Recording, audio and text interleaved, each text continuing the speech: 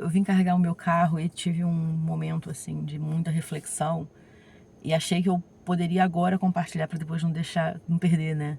Esse momento tão importante que foi para mim aqui agora. Eu tô acompanhando um senhor que tá vivendo uma crise de longo prazo no casamento, críticas recorrentes que vão, né, se reforçando e uma vai subindo em cima da outra e pronto. Quando eu vi, virou uma grande bola de neve. E a esposa dele veio me procurar para eles fazerem terapia em casal. E eu falei para eles, né, pra gente conversar um dia e ouvir um pouco do que estava acontecendo dos dois lados, enfim. Eu expliquei para eles que eu achava que tinha muita coisa ali individualmente pra gente tratar antes da gente lidar com o coletivo. Então, eu tô acompanhando ele, uma colega tá acompanhando ela e a gente tá trabalhando individualmente, né, cada parte, antes de depois a gente estabelecer quem vai tratar do coletivo, se vai ser necessário até, né, fazer uma terapia de casal, porque eu acho que essa semana teve um momento assim muito brilhante, muito maravilhoso. Ele estava me falando sobre uma história de que a mulher prefere ir para a floresta com um urso, aí com o homem, porque tá todo mundo doida, a mulher tá tudo doida, nananana. E eu perguntei a ele, eu falei, mas por que você acha que uma mulher preferiria ir para a floresta com um urso, aí com um homem? E ele começou, né, com aquele blá blá blá blá de que, mas o urso é selvagem e as mulheres estão todas doidas, que o urso vai matar. Eu falei, mas por que que o urso mataria uma mulher? Aí ele, porque é selvagem. Eu falei, tá, mas, né, a gente tem em casa gatos, cachorros igualmente selvagens. Algumas pessoas têm, né, outros tantos animais. A gente vai para zoológicos, principalmente nesses, né, de sistema de santuário, que você anda no meio dos animais. Tem lá muitos animais. E por que que eles não matam a gente? E ele falou assim, eu que sei. Eu falei, pronto, então, mesmo eles sendo animais, né, selvagens, irracionais, como for, eles têm um comportamento que é previsível, né? A gente já cansou de estudar o comportamento dos animais. Eles vão atacar se eles estiverem acuados ou com fome. E o homem? Aí ele disse, o homem não ataca ninguém. Eu falei, mas isso é um lugar meio estranho, porque se toda mulher, estatisticamente, é ou foi vítima de violência, é ou foi abusada, como é que nenhum homem ataca? Tem um X aí nessa equação que tá faltando. Tem uma informação faltando ali. Isso eu não posso dizer nada, eu sei que eu não ataco ninguém. Eu falei, tá, mas ainda assim, se o senhor não ataca ninguém, alguém tá atacando as mulheres. E veja bem, isso não tem a ver com ele, eu querer que ele fale, não, eu ataco a mulher, não é isso. É entender que existe uma demanda ali da esposa de ser entendida como alguém que está sendo vítima de violência diariamente. E aí eu falei para ele assim, eu falei, você quer ouvir uma história minha? Aí ele falou assim, fala. Eu falei, há 12 anos eu tive um filho. Há 8 anos atrás foi estabelecida uma guarda compartilhada. Nessa guarda compartilhada, que o pai do menino assinou, eu assinei e o juiz assinou, está estabelecido que esse menino mora comigo, mas que os deveres do cuidado com a criança são compartilhados, ou seja, o pai tem que participar.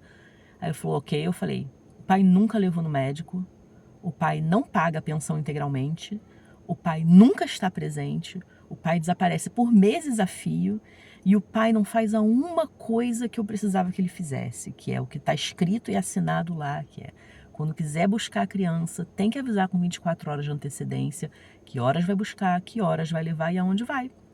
Nunca, nunca ele fez isso. Aí ele falou assim, tá, mas o que isso tem a ver? Eu falei, isso tem a ver porque eu não posso organizar meu horário de trabalho, eu não posso combinar de sair com meus amigos, eu não posso dormir até tarde, eu não posso nada, porque eu fico sempre em função do pai aparecer ou não. Você acha que isso é violência? Aí ele, olha, eu nunca tinha pensado dessa forma. Eu falei, para mim isso é uma violência imensa. Eu penso que para a justiça brasileira também isso seja uma violência imensa. Mas como é que eu estou sendo vítima de uma violência se não há um violentador, né? Aí ele, assim, nesse caso a gente pode considerar, assim, que seu ex-marido é um homem violento. Eu falei, sim, mas ele não me bate. Aí ele, sim, ele não te bate. Eu falei, então pronto. Então acho que a gente consegue entender aqui que existe um lugar ali entre o eu estou sendo vítima de violência e ele está sendo violento. Mas é muito difícil para as pessoas assumirem que aquele homem, aquela pessoa que socialmente, né, todo mundo considera ali uma figura não violenta como um homem violento. Aí ele, mas eu não sou violento. Eu falei, eu não sei. Porque como a gente já acabou de estabelecer, existem muitas violências que não partem de um soco, um pontapé, um chute, um grito. Quer ver uma que eu vi também na minha casa acontecer? A minha avó sempre falava para não deixar o copo de água gelada em cima da mesa da sala, porque ia manchar madeira. O meu avô sempre ia com um copo dele de cerveja e botava em cima da madeira. Se tivesse a toalhinha de centro lá, ele puxava a toalhinha de centro para perto dele e botava o copo em cima. Mas se não tivesse, ele ia sentar e colocar lá. Ai, meu avô era homem violento? Provavelmente ele era violento de muitas formas. Porque existe uma construção social, que todos nós estamos inseridos dentro desse código, de que o homem pode fazer o que ele quiser. O homem ele não é censurado. O homem vai ter dezenas de namoradas, ele é um garanhão, ele é contemplado pela falta de comprometimento dele. A mulher que tem 2 namorados é uma puta.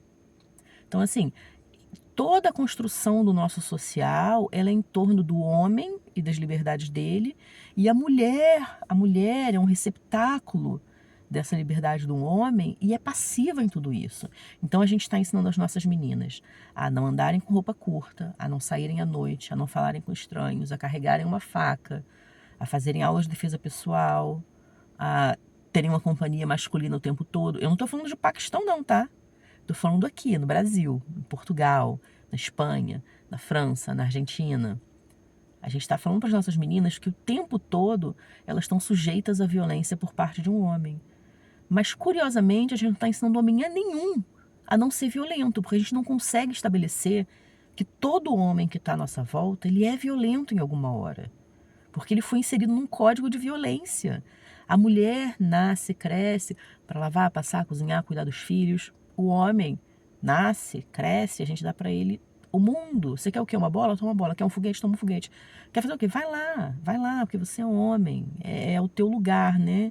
Você é o conquistador, você é o dominante, você é a pessoa ativa, né, no mundo, você constrói as coisas. E aí a gente teve essa conversa, e enquanto eu falava do meu ex-marido, é engraçado porque eu vi a hora que ele meio que... aquela informação sentou nele, e a resposta dele depois de muito tempo foi assim, mas eu não sou violento. Eu falei, pronto, né? Então, isso é uma coisa que a gente tem que entender, se não há nenhuma ou se há alguma, e qual é o limite entre eu não estou querendo ser violento, mas a outra pessoa está se sentindo violentada. Porque existe uma diferença, né? Tem um espaço entre o eu e o outro. Tem o como o outro se sente e o que é a minha intenção em praticar aquela ação. Esse gapzinho pode estar sendo um problema ali naquela relação deles, mas, né? Vamos ver se essa informação sentou nele essa semana. Eu acho que o nosso próximo encontro vai ser muito interessante, porque eu vou poder trazer de volta ele para esse debate e, obviamente, né, ver se ele consegue falar mais sobre como é para ele perceber que ele pode ser o agente dessa violência que ele acha que não existe, porque ele não conhece nenhum homem que seja violentador. Mas se toda mulher é violentada, algum homem tem que ser o violentador, certo? Então, pronto.